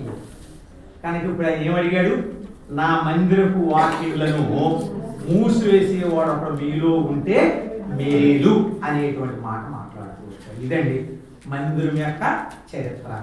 ఆ కారణం చేత 400 సంవత్సరాలు కొత్త నిబంధనకి పాత నిబంధనకి మధ్యలో గ్యాప్, చీకటి పీరియడ్ అంటారు. ఏమీ లేదు అక్కడ. ఏం జరిగిందో కూడా ఎవరికి. ఎందుకంటే దేవుని మందిరాన్ని వాళ్ళు నిర్లక్ష్య పెట్టారు, అలక్ష్య పెట్టారు, అపవిత్రపరిచారు, గర్వం పాటలు మాట్లాడుతూ వచ్చారు. ఈ కారణం చేత మందిరాన్ని విడిచిపెట్టారు. అయితే ఇప్పుడు మనము ఇందులో మనం నేర్చుకోవాల్సిన పాఠాలు ఏంటి అని చూస్తే కొన్ని పాఠాలు చూసి తర్వాత ముందుకు వెళ్దాం. ఏంటి అంటే దేవుడు ఈ మందిరం దేని గుర్తు చేస్తుందంటే, మొదట మోషే ప్రత్యక్ష గుడారం ఏం గుర్తు చేస్తుందని చెప్పాను? యేసు ప్రభు ద్వారా వచ్చే రక్షణ. ఆ బలిపీఠం కానీ, గంగాళం కానీ, దీపస్తంభం కానీ, రొట్టెలు కానీ, లేదంటే తెర కానీ, ధూపవేదిక కానీ, ఇవన్నీ కూడా దేని గురించి మాట్లాడుతున్నాయి? రక్షణ. 2వ మందిరం దేని గురించి మాట్లాడుతుందని చెప్పాము? దేవునికి విధి. 3వ మందిరం ఇప్పుడు మనం నేర్చుకునేది ఏంటంటే, పడిపోయిన వాటిని దేవుడు కట్టగలిగిన వాడు. వాళ్ళు మర్చిపోయారు. అక్కడ బబులోన్లో ఉండి వాళ్ళు ఏం చేశారు? మర్చిపోయారు. దేవుడు మర్చిపోయారు, దేవుడు మందిరాన్ని మర్చిపోయారు. కానీ దేవుడు మర్చిపోవాలి. ఎవ్వరూ కూడా ఊహించనంత రీతిగా కోరేషు మనసును ప్రేరేపించి ఆయన రెస్టోరేషన్ అంటారు. అంటే ఏంటంటే తిరిగి సమకూర్చడం అయ్యేటువంటిది మనం ఎజ్రా గ్రంథంలో చూస్తూ వచ్చాము. కోరేషు వాళ్ళందరినీ పంపించాడు. వీళ్ళు వస్తానికి భయపడుతున్నా కానీ దేవుడు వాళ్ళని ప్రేరేపించి బయటికి. సో దేవుడు మన జీవితాలు తిరిగి కట్టగలడు. ఇక్కడ ఎవరైనా నిరాశలో, నిస్పృహలో, ఒకవేళ దేవుని మందిరాన్ని పోగొట్టుకుని, దేవుని సంఘాన్ని పోగొట్టుకుని, సహవాసాన్ని పోగొట్టుకుని అన్నీ నష్టపోయి ఉంటే దేవుడు శక్తిమంతుడు. ఎందుకు? తిరిగి సమకూర్చే దాని కొరకై అనేటువంటిది వాక్యము మాట్లాడుతూ ఉంది. రెండోదిగా ఇక్కడ ఏం మాట్లాడుతుంది అంటే, దేవుని పని దేవుని ఆత్మ ద్వారా జరిగిస్తాడు. మనం చదివాం, అన్నమాట కూడా చదివాం. పాడైపోయిన మందిరాన్ని ఏం చేశాడు? ఆయన నిలబెట్టాడు. పాడైపోయిన మందిరాన్ని నిలబెట్టాడు. ఇక్కడ ఎవరైనా తప్పిపోయి ఉంటే కనుక ఆత్మీయంగా దేవుడు శక్తిమంతుడు. నీతో ఒకటి మాట్లాడుతున్నప్పుడు, నిన్ను సంధిస్తూ ఉన్నప్పుడు తిరిగి రా, మళ్ళా నిన్ను మహిమపరుస్తాను, నా మహిమను చూస్తావు, నా ఘనతను చూస్తావు, నన్ను అనుభవిస్తావు అని ఈ సాయంకాలం ఎవరు వాక్యం చదువుట్లో కానీ, వాక్యం ప్రకటించడంలో కానీ, ప్రార్థన చేయట్లో కానీ, మందిరానికి వచ్చుట్లో కానీ, మందిరానికి ఇచ్చుట్లో కానీ, ఏ విషయంలో ఓడిపోయినప్పటికీ నీ జీవితంలో లేదా కుటుంబాలను నష్టపోయినప్పటికీ దేవుడు శక్తిమంతుడు. తిరిగి ఏం చేస్తాడు? అది ఎలా జరుగుద్ది? ఆ మనుషుడు వింటాడేంటి మాట, ఆమె నా కొడుకు వింటాడేంటి, నా కూతురు వింటదేంటి అని మీరు అడుగుతారు, నేను అడుగుతాను. ఎవరినన్నా మారొచ్చు కానీ ఆయన మాత్రం మార్చలేము. ఇది మనం అంటాం. కానీ వాక్యం చెప్తుందంటే శక్తి చేతను బలము చేత కాదు. దేవునికి పరువు కంటే గొప్ప కూడా ఏంటి? మనం ఎవరు మనల్ని ఎదిరిస్తున్నాడు? పరువు కంటేనా? బబులోను రాజు నెబుకద్నెజరు కంటేనా? వాళ్ళనే మార్చగలిగినటువంటి దేవుడు యెహోవా మాట విని పోనిచ్చుటకు యెహోవా ఎవడు? అక్కడ ఉండే పదం ఇదే. ఎవరు? యెహోవా ఎవడు? అషూరు రాజు అంటాడు నా చేతిలో నుండి తప్పించగలిగినటువంటి దేవుడు ఎక్కడ ఉన్నాడు? అక్కడ బబులోను రాజు అంటాడు ఆ షడ్రక్ మేషక్ అబేద్నెగోల దగ్గర ఇక మీ పని అయిపోయి ఎవ్వడో మిమ్మల్ని ఏమైంది? వాళ్ళందరూ ఏమైపోయారు? దేవుడు ఏదైనా చేయడం కొరకు ఎక్కడ నిరాశపడద్దు. కొడుకు గురించో, కూతురు గురించో, భర్త గురించో, భార్య గురించో, కుటుంబం గురించో, ఫైనాన్షియల్ ప్రాబ్లం గురించో దేవుడు ఏదైనా చేయడం కొరకై శక్తివంతుడు, సమర్థుడు. 70 ఏళ్ళు పడిపోయినటువంటి మందిరాన్ని నిలబెట్టినటువంటి దేవుడు నీ జీవితాన్ని నిలబెడతాడు, నీ జీవితాన్ని కాపాడు. నీ కుమార్తె, నీ కుమారుడు, లేదా నీ ఇల్లు, నీ వాకిలి, నీ ఫైనాన్స్, నీ ఆ హెల్త్ ఏదైనప్పటికీ కూడా ఆయన శక్తిమంతుడు. కనుక ఈ మధ్యాహ్నం అది మనం నేర్చుకునే దాని కొరకు ఈ మందిరాన్ని గురించి చదువుతున్నాం. రెండవదిగా మనం చూసేది ఏంటి అంటే మనం బట్టి కాదు, మన శక్తిని బట్టి, మన జ్ఞానాన్ని బట్టి కాదు. మరి దేన్ని బట్టి? 4:9 ఏం చదివాం? బలము చేతనైనను శక్తి చేతనైనను కాక నా ఆత్మ చేతనే ఇది. మూడవదిగా ఇంకొకటి కూడా నేర్చుకోవాలి. ఈ మందిరం పునాది చేసినప్పుడు అంట సొలొమోను మందిరాన్ని చూసిన వాళ్ళు ఏం చేశారు చెప్పండి? ఎందుకు ఏడ్చారు? అయ్యి బాబు ఆ మందిరం ఎక్కడ? మందిరాలు కాదు ముఖ్యం, దేవుడు అక్కడ ఉన్నాడా? మనకందరికీ స్లాబ్ బిల్డింగ్లు అక్కర్లే, ఉంటే సంతోషమే, లేకపోయినా పర్లే. సో మందిరాలు కాదు, జనము కాదు, మనుషులు లెక్క వేసుకుని అభివృద్ధి లేదనుకోవద్దు. ఇర్మియా 40 ఏళ్ళు చెప్తే ఒక్కడు మారలే. సో ఇర్మియాని ఏం చేద్దాం? మనం బైబిల్లో తీసేద్దాం. ఎందుకు? 40 ఏళ్ళు దేవుడు చెప్పమన్నా చెప్తే ఒక్కడు మారలే. ఆ యోనాయిలో ఒక ప్రసంగం చేస్తే 1,20,000 మంది మారారట. సో యోనాకి మార్కులు ఎక్కువ వేద్దామా? కనుక మనుషులు కాదు, మందిరాలు కాదు, సంఘాలు ఎన్ని కట్టావు కాదు, మందిరం ఎంత సౌందర్యవంతంగా ఉందని కాదు, నీ విధేయత ఏంటి? అదే అంటాడు కార్యములు అల్పములై ఉన్నప్పుడు తృణీకరించిన వాడు. అర్థమైందండి? సో అది చిన్న పని, మనం ఎవ్వరిని నిరాశపడక్కర్లే, మనము నిరాశపడక్కర్లేదు. ఇర్మియా 40 ఏళ్ళు చేసి నిరాశపడితే ఆయన జీతం ఏమై ఉండేదో తెలియదు. ఆయన అంటున్నాడు బారూకు గొప్ప వాటి యందు నువ్వు లక్ష్యం ఉంచుతున్నావా? వాటిని వెతకొద్దు. చదవండి ఇర్మియా గ్రంథం. సో మనం నేర్చుకునే పాఠం ఇది. ఇక్కడ 3వ మందిలో మనకు నేర్చుకున్నటువంటి పాఠం అది.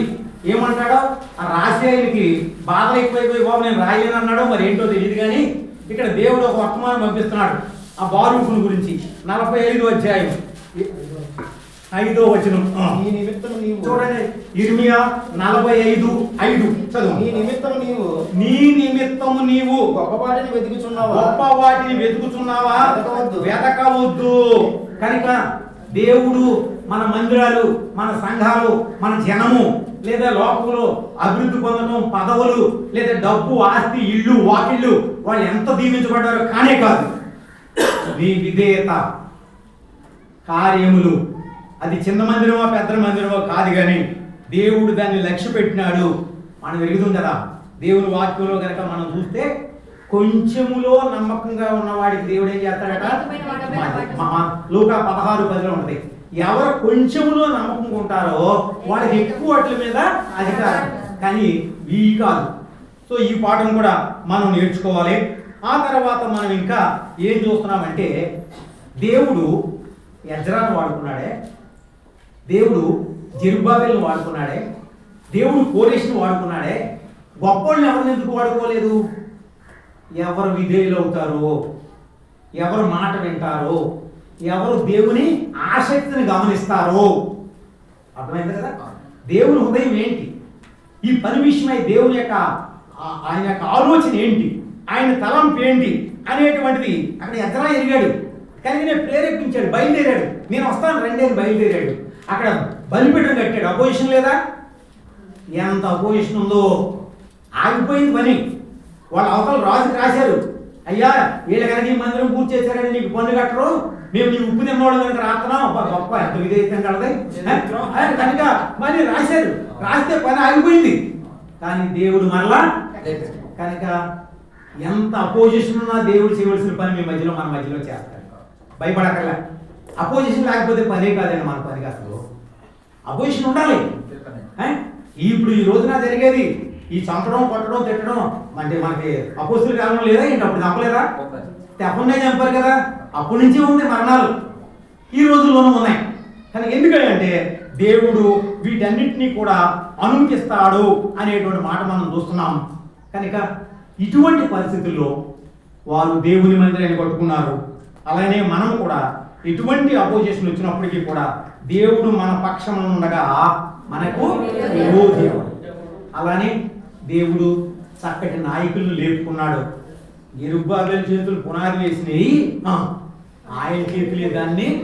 సో మనము గనక అనుమానంతో ఉంటే మనం చేయవలసిన పని దేవుడికి ఒకరికి అప్పగించి ఆయన లేపుకుని చేయగలరు. ఆయనకు అసాధ్యమైందంటే ఏమీ లేదు. కనుక మన విషయంలో మనం ఎంత నమ్మకంగా ఉంటామో, దేవుడు నమ్మకస్తుడు కనుక 70 సంవత్సరాలకు ముందు చెప్పినటువంటి ప్రామిస్ని 70 సంవత్సరాల తర్వాత నెరవేర్చాడు.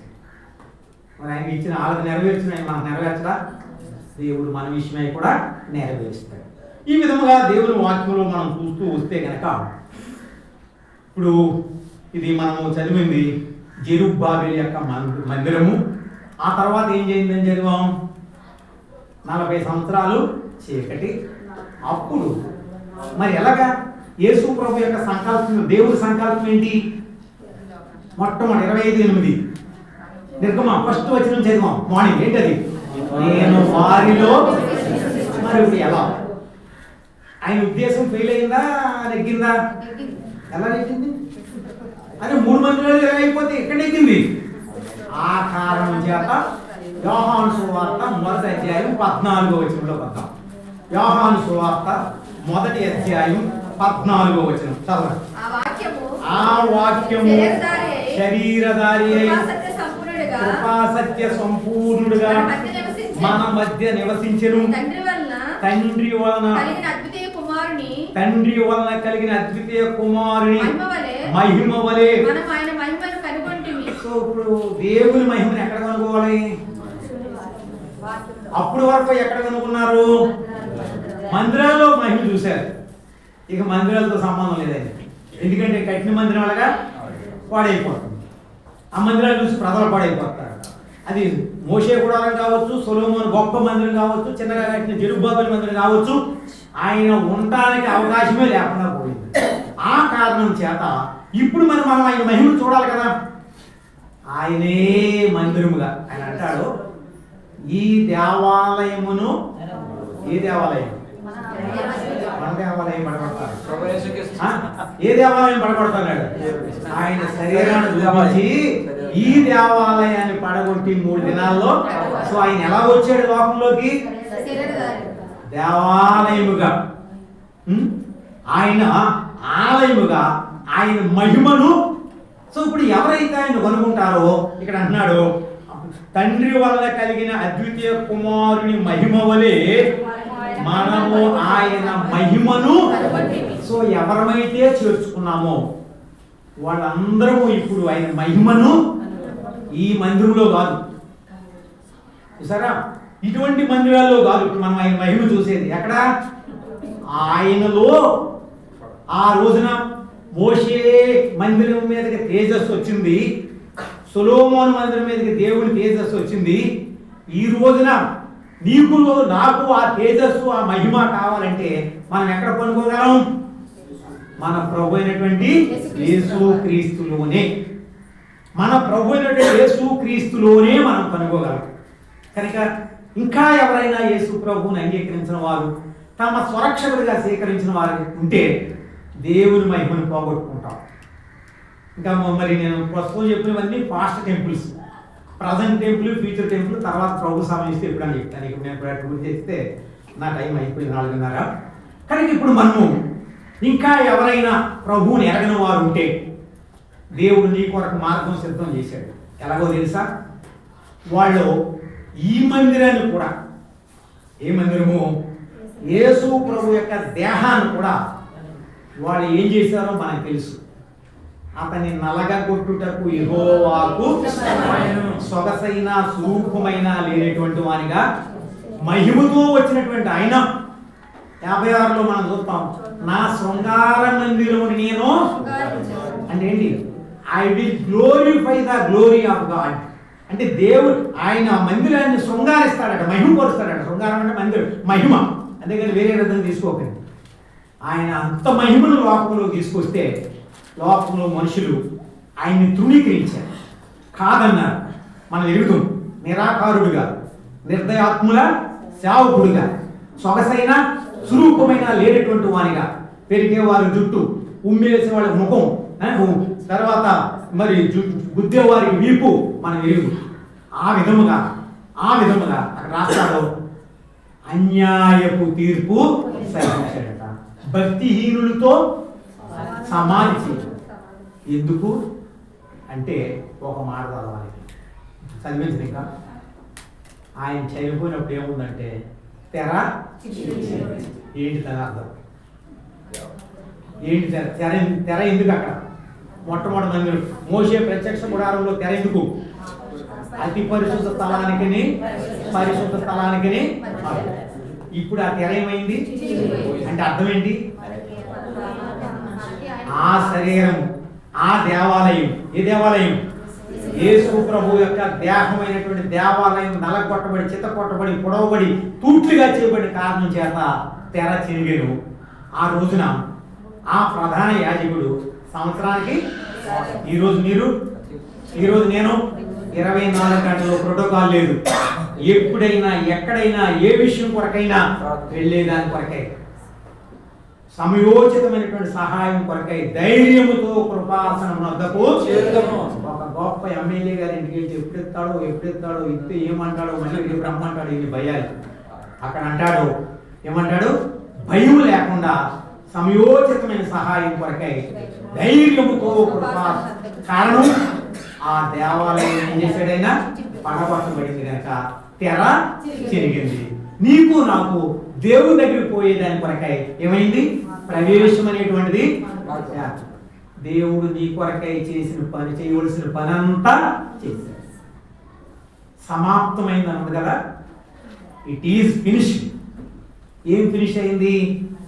నీ రక్షణ కొరకై తెలుసా, నిన్ను మహిమపరిచేదాని కొరకై, నిన్ను సమకూర్చేదాని కొరకై, దావీదు సమస్తాన్ని సమకూర్చుకున్నట్లుగా నిన్ను తిరిగి సమకూర్చేదాని కొరకై చేయవలసినటువంటి పనంతా ఏం చేశాడు?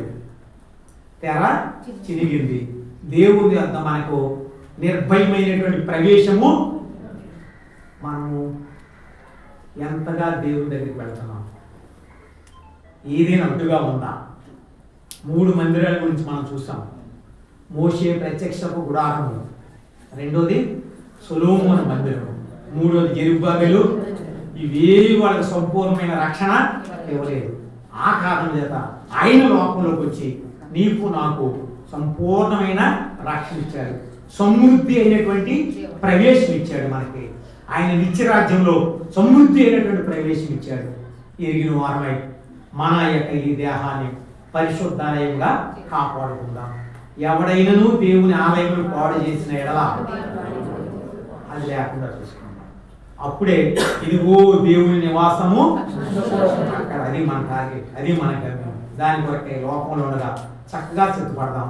ప్రభు సాయం చేస్తాడు. విజయవాసరావు వచ్చి ప్రార్థన చేస్తారు వాక్యం కొరకు. తర్వాత నేను మాటలు విని ప్రార్థన చేస్తాను.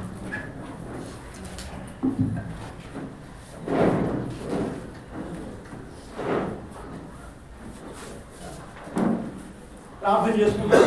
దేవుడి సన్నిధిలో ఉన్నాం, వాక్యం వింటూ వచ్చాం. పొద్దు నుంచి ఒక్కసారి ఆలోచిస్తాం, సమృద్ధి అనేటువంటి ప్రవేశం కలిగి ఉన్నామా, లేకపోతే ఇప్పుడే పశ్చాత్తాపడి ఒప్పుకొని అటువంటి ప్రవేశం కొరక ఇప్పుడే తీర్మానం చేసుకుని ఈ మందిరంలోంచి బయటకు వెళ్తాం. ప్రార్థన చేసుకుంటాం.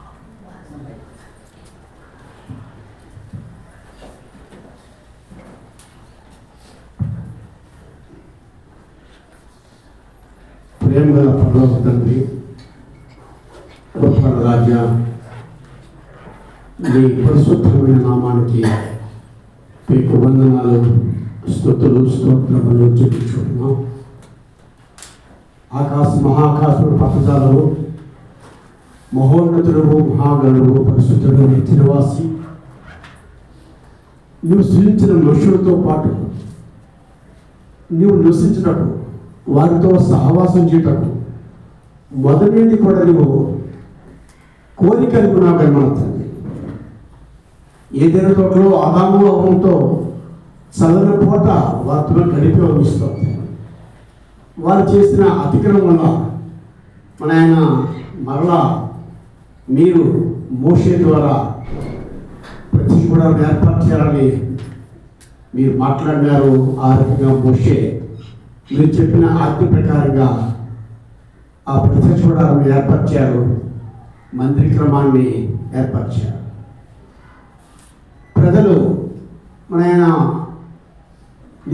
నిర్లక్ష్యం చేసిన కారణం చేత, నీ ధర్మశాస్త్రాన్ని నిర్లక్ష్యం చేసిన కారణం చేత, నీ శాస్త్రాన్ని పక్కన పెట్టిన కారణం చేత, శీలంలో కూడా ఉంటాకి ఇష్టమైన కారణం చేత మన ఆయన ప్రజలు దేవుడు లేక ధర్మశాస్త్రం లేక నాయన మరి ఇష్టానుసారంగా జీవించే పరిస్థితులు ఏర్పడ్డాయి న్యాయాధిపతుల్లో. అయినా నువ్వు నాయన మరలా దీర్ఘశాంతం వహించి మరలా దావీదును పునరుల్పి సొలొమోను ద్వారా మందిరం కట్టించావు.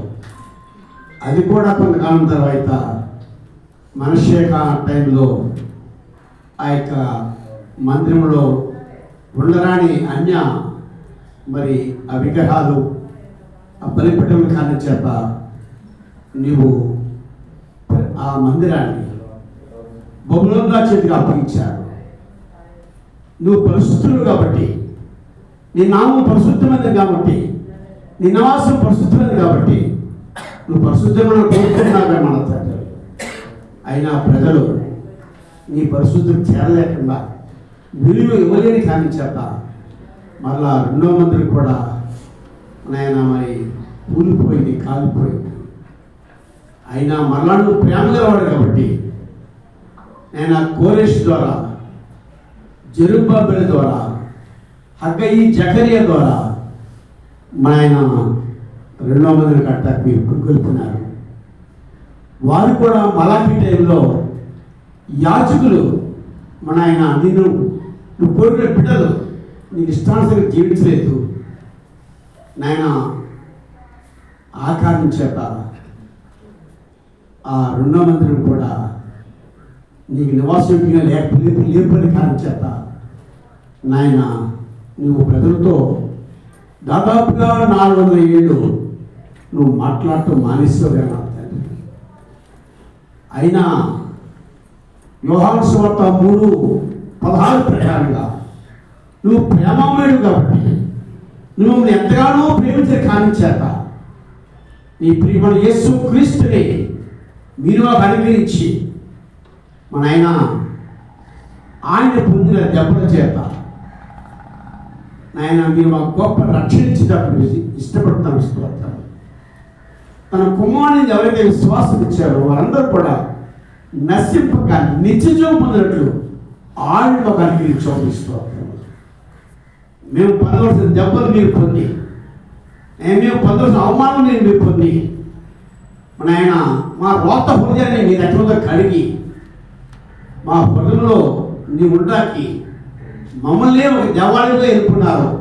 మొదటి 3:15-16 ప్రకారంగా నా ప్రేమల పడవు తండ్రి, ఎంత ప్రేమగా మాట్లాడండి. ఆ ప్రేమను చాటు చెప్పదు నాయన. ఆనాడు న్యాయాధిపతులు అనుకున్నారు, రాజులు అనుకున్నారు, యాజకులు అనుకున్నారు.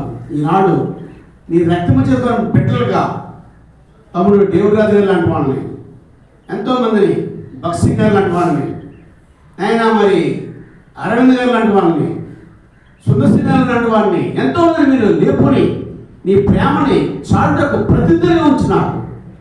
మీకు వందనాలు చెల్లించుకుంటున్నాను. తమ్ముడు ఉద్యోగం చేస్తూ ఆయన మరి ఎంతో సేవలో సాగించారు దేవుడి సేవకులకి.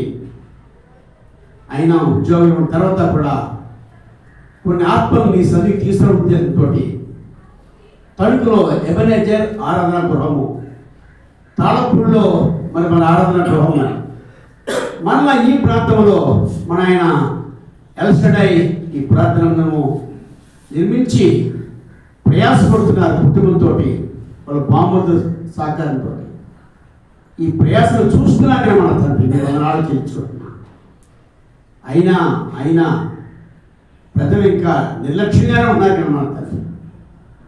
మలాకెట్టిలో ఉండగా ఇప్పుడు కూడా ఉన్నాయి కదా. ఎంతో ప్రయాసతోటి మీ దాసుడు ఖర్చు పెట్టి ప్రయాస పెట్టి ఇంత విడిగా ఏర్పడిసిన జనులు కానీ నిర్లక్ష్యంగానే ఉన్నారు. ఉదయం వచ్చిన 30 మంది ఉన్నారు, మందిరం నిండిపోయింది, ఇప్పుడు సగమే ఉన్నారు కదా మన తండ్రి. నాయనా మీరు కనికరించాడు, కటాక్షించాడు. కన్నీటితో విత్తేవాడు సంతోషంతో పనులు పోయిన మాట ప్రకారంగా మీ దాసుని ప్రయాసను దృష్టించింది, కనికరించాడు. ఈ అప్లాండ్లో మన ఆయన మీరు ఏర్పరిచినటువంటి ఎల్షడై ప్రార్థన మందిరం ఆలోచించుకుంటున్నాం. గత 6 సంవత్సరాలుగా ఇక్కడ మందిర పరిచయంలో నిరాటంగా మీరు జరిగిస్తున్నారు. మీ స్తోత్రం చేయించుకుంటున్నాం. ఇక్కడ స్థానికులు పెద్దలు సహకరిస్తున్న విధానం కూడా ఆలోచించుకుంటున్నాం. నాయన మరి తమ్ముడు ఉదయం నుంచి ఇప్పటివరకు ఎంతో ప్రయాసతోటి మందిరం వచ్చినటువంటి పుట్టి పూర్వత్రాలు నాయన ప్రజలతో ఉండే వాళ్ళు నువ్వు కలిసి జీవించాలని ఆ కోరిక ఎలా ఉందో, ప్రజలు దాన్ని ఎలాగైతే దాన్ని ఒమ్ము చేస్తారో అవి కూడా తేడా చెప్పారు. ఇంకా బండ హృదయాలు ఏవైతే ఉన్నాయో వారితో మాట్లాడి మాట్లాడండి. నా కుమారుడా నీ హృదయం నాకు ఇయ్యి, నా కుమార్తె నీ హృదయం నాకు ఇయ్యి, చెడిపోయిన బడిపడిన నీ హృదయాన్ని నేను శుద్ధి చేస్తాను అని చెప్పినారు ప్రభువా. దౌర్భాగ్యం నన్ను కూడా మీరు రక్షించాలని స్తోత్ర. ఒక చిన్న గర్భత్వం ద్వారా నా మనలో వెలింపజేసి ఏసే రక్షణ గ్రహింప దయచేసి ఆనాటి నుండి ఈనాటి వరకు కూడా దాదాపుగా 50 సంవత్సరాలుగా నీ కృపలో నిలుచుండే భాగ్యం దయచేస్తాను స్తోత్రం. నాయనా ఇంకా మొండి పంట హృదయాలు ఎవరైతే ఉన్నాయో, ఇంకా నామగత కలిసి జీవితం ఎవరికైతే ఉందో వాళ్ళతో మాట్లాడిన మన తండ్రి. మీరు రాజుగా ప్రభుత్వ వస్తున్నారు నాయన. లోకాన్ని తీర్పు వస్తాకే మన తండ్రి. ఆ తీర్పుకి మేము నాయన నిలవలేము కదా మన తండ్రి. ఇదే రక్షణ ధర్మం, ఇదే అనుకూల సమయం వాక్యం చెప్తున్నారు. ఇంత గొప్ప రక్షణను నిర్లక్ష్యం చేస్తే ఇలా తప్పించుకుంటారన్న మాట ప్రకారంగా ఆయన ప్రేమతో ఏర్పడిస్తున్న మీటింగులో ఆయన ఇంకా ఎవరైతే అలక్ష్యం చేస్తున్నారో వాళ్ళతో మాట్లాడి నిన్న ఉదయం నుంచి రాత్రి నుంచి కూడా ఎంతో ప్రయాసపడి బిడ్డలు ఆహారంతో తయారు చేశారు. వారి ప్రయాసం జీవించండి, ఆయన కనికరించండి. నిండే జీవితం నింపబడుకుంటున్నాం ఆయన. మరి అట్లాగే ఈ మీటింగ్ చివరికి వస్తుంది. కాసేపు ఎవరికి వాళ్ళు వెళ్ళాలి. మరి మీరే క్షేమమైన రిటర్న్ చర్య దయచేయండి. ఇక్కడ జరిగే పరిచయం జీవిత బలపరచండి. ఇంకా అనేకులు ఆత్మలు రక్షకులకు సహాయం దయచేయండి. నా ప్రియ ప్రభువు రక్షకుడైన యేసుక్రీస్తు దివ్యనామంలో స్తుతించి ప్రార్థించి కనపరిచి వేడుకుంటున్నాను పరలోక తండ్రి. ఆమేన్.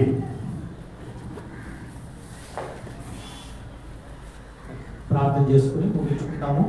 అయిన తర్వాత మా అందరికి అక్కడ స్నాక్స్ రెడీగా ఉన్నాయి, తీసుకుని మరి వెళ్దాము. మరి ఈ పరిచయ కొరకై కూడా ప్రార్థన చేయండి. 2020లో ఈ మందిరం వేసినాం. 6 సంవత్సరాలు పూర్తయింది. కొద్దిమంది వస్తున్నారు పరిచయం కొరకు మేము ప్రార్థన కోరుతున్నాం. బ్రదర్స్ అయితే ఇక్కడ ఒక సేవకుడు కూడా కలిగి ఉండాలని ఆశపడుతున్నారు. అనుకూలమైన వారు వచ్చినప్పుడు ఇక్కడ పెట్టడానికి కూడా మేము ఆశ కలిగి ఉన్నాం. అయితే పని కొరకే ప్రార్థన చేయండి. ప్రయాసపడుతున్న వారి కొరకు ఇంకా అక్కడక్కడ నుంచి కొంతమంది తొడుకు నుంచి దాడికి ప్రాంతాల నుంచి వచ్చి వారానికి ఒకరు ఇక్కడ వారిని చూపుతున్నారు. మేము రాకపోయినా ఇక్కడ చూసుకోగలిగిన బ్రదర్స్ ఉన్నారు. అయితే ప్రతి వారం వాళ్ళకి అప్పగించకుండా మేము కూడా వస్తున్నాం. అప్పుడప్పుడు ఈ పని కొరకే ప్రార్థన చేయండి. మనం అందరూ స్నాక్స్ తీసుకుందాం. మరి అందరికీ చాలా వందనాలు వచ్చినందుకు. మరి ఏలూరు నుంచి మళ్ళీ మనం వెంకటాపురం వెళ్ళాలి. మీతో పాటు మేము వస్తాం. జయరాజన్ వచ్చి ప్రార్థన చేసి ఆశీర్వాదం ఇస్తారు. చివరిగా ప్రార్థన చేసుకుంటూ ఉంచుకున్నాం. ఈ పని కొరకే మీ ప్రార్థన కోరుతున్నాం. ఇక్కడ ఉండే బిడ్డలు ఇంకా ఆత్మీయంగా స్థిరపడాలని, బాధ్యత కలిగిన సహోదరులు వారు కూడా ఐక్యత కలిగి దేవుడిని కనపరచాలని మీ ప్రార్థన చేస్తున్నాం. చివరి ప్రార్థన ఆశీర్వాదం.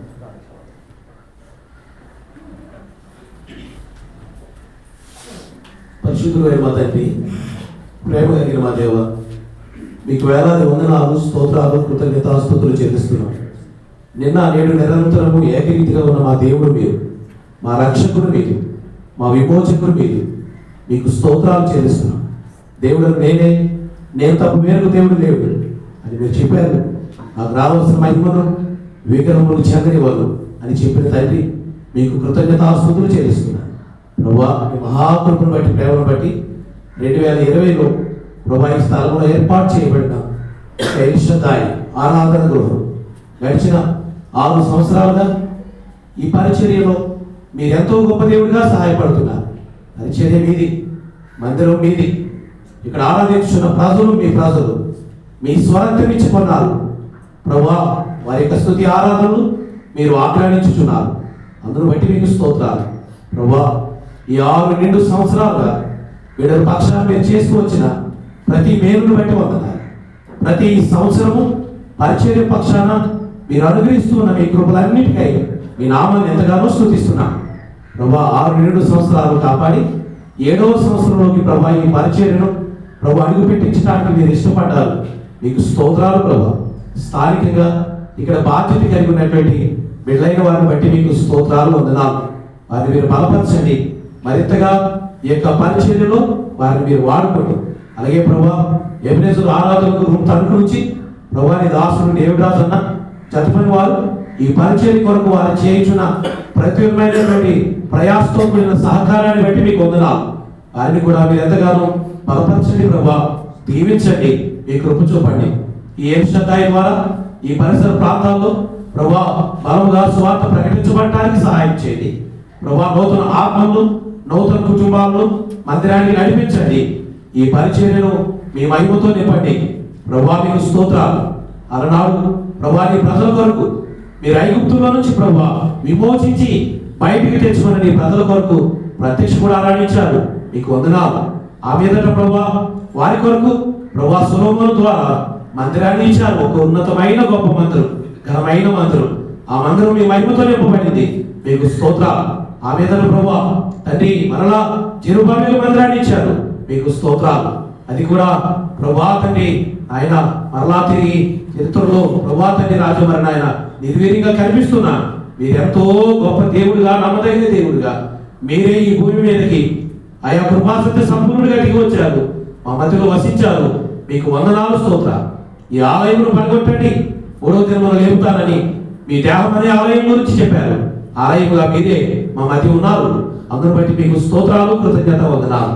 అవును ప్రభా, ఇదిగో తండ్రి దేవుని నివాసం మనుషులతో కూడా ఉన్నది అని ఆ ఉన్నతమైన లోకాన, పరలోకాన, ఆ పరలోక పట్టణంలో ప్రభా గొర్రెపిల్ల దేవాలయం ఉన్న ఆ మహిమ తండ్రి లోకం కొరకై ఆ జీవితాలను ఈ భూమి మీద సిద్ధపరచుచున్నా మీ ప్రేమ కొరకు వందనాలు చెల్లిస్తున్నా.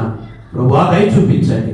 ప్రభా నీ దాసుడు దేవుడు రాజాను అన్న కుటుంబాన్ని ఇదిగో ప్రభా ఆయన తణుకు, అలాగే ప్రభా మరి తాళ్ళపూడి, అలాగే తిరిగి ప్రభా ఈ జంగారెడ్డి ప్రభా ఈ యొక్క ఆరాధన గురువులను ఈ దాసుల ద్వారా ప్రభా మీరు ఎస్టాబ్లిష్ చేసి ప్రభా బలపరిచి నడిపించడానికి ఇష్టపడుతూ వచ్చిన మీ ప్రేమ కొరకై, మీ ప్రణాళిక కొరకై మీ నామాన్ని ఎంతగానో స్తుతిస్తున్నా. ముందుకు కూడా ప్రభా ఈ పరిచర్యను మీరు దీవించండి, మీ నామానికి మహిమ తెచ్చుకోండి. ప్రభా వందనాలు, స్తోత్రాలు.